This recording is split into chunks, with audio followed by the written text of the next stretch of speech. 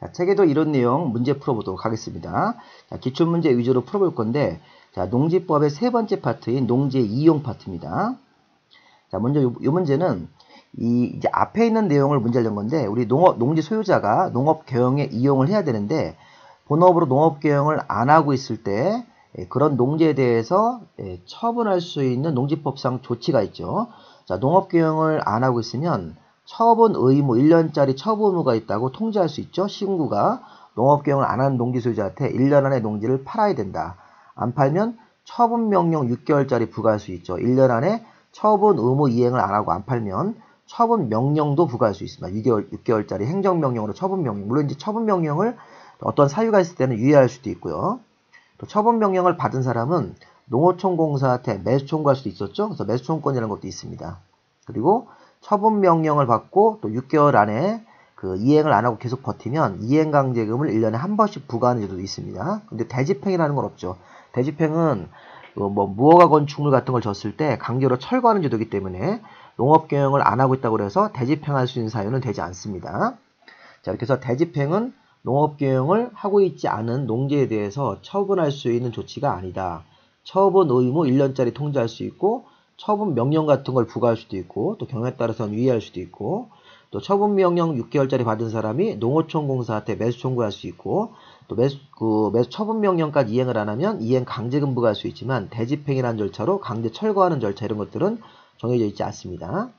자, 두 번째 문제는 농지를 위탁 경영할 수 있는 농지는 위탁 경영할 수 있는 법적인 사유들이 정해져 있습니다. 자, 예를 들어서 요 기업권 같은 경우는 뭐냐면 자기 노동력이 부족했을 때는 농작업의 일부를 위탁할 수 있는 건데, 자, 요때 여기가 자기 노동력입니다. 가지치기라든가 열매 숫기 같은 이런 농작업이 자기 노동력인데, 자, 1년에 30일 이상을 농업 경영을 자기가 농작업을 하고 있어야 된다고요. 자, 1년에 4주는 4,7이 28일이니까 28일이고 1년에 30일 이상 직접 이런 해당 업에 종사하고 있을 때 자기 노동력으로 인정받고 그것이 부족하면 위탁 경영을 할 수 있으니까 이 사유가 1년에 30일 이상 해당 요런 일을 종사하고 있을 때 자기 노동력으로 인정돼서 이 부분은 틀렸습니다. 자기 노동력이라는 게 1년에 30일 이상. 자, 요거는 이제 6개월은 3개월 이상인데 대한민국 전역을 일주하는 게 안 되는 거죠. 해외로 여행 같은 거 할 때, 해외 국외 여행을 할 때 3개월 이상이면 위탁 경영 할 수 있다. 자, 기업과 니은은 위탁 경영 사유가 안 됩니다. 틀립니다. 근데 공직 취임 위탁 경영 사유가 되는 거죠. 기업, 니은이 답이네요. 위탁 경영을 할 수 없는 경우를 모두 고르는 거니까 기업, 니은. 정답이 여기 3번. 자, 위탁 경영 문제가 또 한 번 나왔는데, 자, 현역으로 군대 간다든가, 자, 6개월 이상 미국 여행은 맞죠. 국외여행이니까. 그리고 공직 취임이죠. 지방의회 선거에 당선돼서 공직 취임. 농업법인의 청산도 되는데 5번은 안 되죠. 이거 부상을 당했을 때는 3개월 이상 치료가 필요한 거니까 2개월은 위탁 경영 사유가 안 된다. 3개월 이상 치료를 받을 때 위탁 경영 사유가 된다. 답이 5번. 자, 농지의 대리 경작과 임대차. 자, 농지 소유자가 농사 안 짓고 있으면 대신 경작할 사람을 정한다. 시군구가. 또 농지도 법적인 사유가 있으면 임대차 계약으로 농지를 임대할 수 있다. 자, 대리 경작 기간은 따로 정하지 않으면 3년으로 하는 겁니다. 자, 농업 경영을 하려는 자가 농지를 임대할 때는 서면 계약이겠죠. 농업 경영을 본업을 하고 있다가 농지를 내가 누구한테 빌려주고 싶다 그러면 서면 계약으로 임차인과 계약을 체결하는 것입니다. 그 다음에 이제 임대 농지를 양수한 사람은 당연히 임대인주의를 승계하겠죠. 승계. 자, 그 다음에 지력 증진을 위해서 일정 기간 휴경한다. 그럼 정당한 사유가 있어서 농사 안 짓고 있는 거네요. 그럼 대리 경작을 정할 수가 없는 것입니다.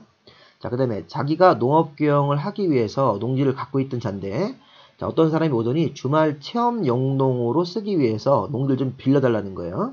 네, 그러면 그 주말 체험 용농으로 하는 사람들한테 빌려주기 위해서 내가 이거를 하겠다. 그러면 그 농지를 임대할 수 있는 사유입니다. 자, 어떤 사람이 농지 소유자가 자기가 본업으로 농사 짓고 있는데 어떤 자가 오더니 농지를 빌려달라는 거예요. 왜? 주말 체험 영농을 하려는 사람들한테 그 농지를 이제 빌려주기 위해서 내가 그걸 업으로 하겠다는 거예요. 그럼 주말 체험 영농 쪽으로 쓰는 거기 때문에 농지를 빌려줄 수 있는, 임대할 수 있는 사유가 된다. 없다가 아니라 된다는 거죠. 자기가 농업 경영하고 있다가 주말 체험 영동 같은 것들 위해서 농지를 빌려주는 거니까 임대할 수 있는 사유가 되는 겁니다. 자, 농지를 임대할 수 있는 사유는 우리 아까 이론 강의할 때 16가지가 있었으니까 16가지를 한번 읽으시면서 한번 확인해 보시기 바랍니다. 자, 그 다음에 이제 농지의 임대차. 아까 4번 정답은 5번입니다. 자, 농지 임대차에서는 제일 중요한 게 임대차 기간입니다. 기간.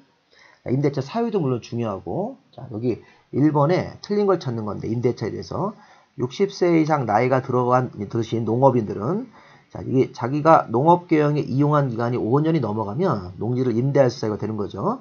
60세 이상이 된 농업인이고, 자기가 직접 농업계형을 한 기간이 5년이 넘었기 때문에 농지를 임대차할 수 있다. 자, 농지를 임차한 임차인이 정당한 사유 없이 농업계형을 안 하고 있을 때는 임대차의 종료를 명할 수도 있습니다. 자, 임대차 계약은 등기가 없더라도 시고 읍면장한테 확인을 받고 농지를 인도받으면 우리 마치 주택임대차처럼 대항력이 생깁니다. 세무자한테. 자, 그 다음에 농지의 임대차 기간. 자, 농지 임대차 기간은 원래 합의로 정하는 건데 3년 이상으로 정하는 겁니다.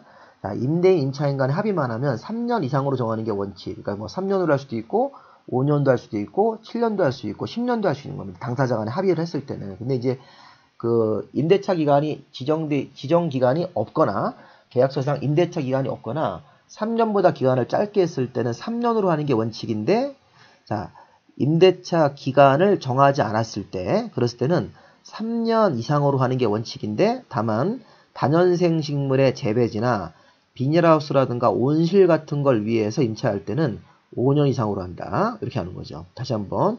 자, 농지의 임대차 기간은 자, 3년 이상으로 해서 당사자 간에 합의하는 겁니다. 원칙. 합의를 해서 뭐 3년으로 할 수도 있고 5년 할 수도 있고 뭐 7년, 10년도 할 수 있습니다. 합의만 한다면. 근데 농지 임대차 기간이 따로 없을 때는 그때는 3년 이상으로 하되, 그런데 중요한 건 뭐냐면 3년 이상으로 하되 다년생 식물의 재배지로 쓰거나 인삼 같은 거, 또 비닐하우스든가 온실 같은 목적으로 임대차를 할 때는 최소한 5년 이상은 돼야 된다. 5년 이상으로 이렇게 임대차 기간을 정하는 거니까 10년 이상이 틀렸습니다. 그리고 이제 그 여기 조정 신청 같은 게 들어가서 저 임대인 임차인 간의 계약 내용이 조정이 안 되면 이제 조정위원회에다가 농지를 이제 그 임대차 계약 내용에 대해서 그 조정 신청을 놓고 임대차 조정위원회에서 조정안을 당사자가 수락하면 계약 내용이 체결된 것으로 본다. 이런 규정도 있으니까 한번 읽어보시기 바랍니다. 정답은 4번이겠네요. 자, 이렇게 해서 농지법 기본이론 계속 보시고 있고, 농지법도 이제 2강 남았습니다. 농업진흥지역하고 농지의 전용 파트 이제 바로 제가 찍어서 올릴 테니까 이렇게 하시면 거의 다 완강이 되는 거죠. 자, 이렇게 해서 우리 공법의 내용들, 그리고 이제 우리 5월달부터는 요 심화이론하고 핵심 이론을 좀 같이 볼 건데요.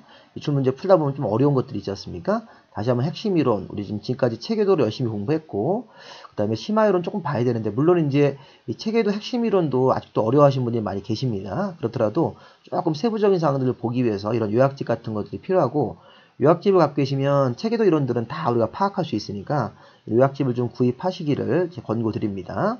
기출문제는 내가 이메일 보낼 수도 있고 또 필요하시면 구입할 수도 있으니까 저한테 이제 문자로 알려주시면 구입사를 알려주시면 제가 안내드리고 제가 그런 것들을 발송하도록 하겠습니다. 이게 이제 요약집이고 기출문제죠. 요약집은 이렇게 스프링 처리되어 있으니까 보시기 편할 겁니다.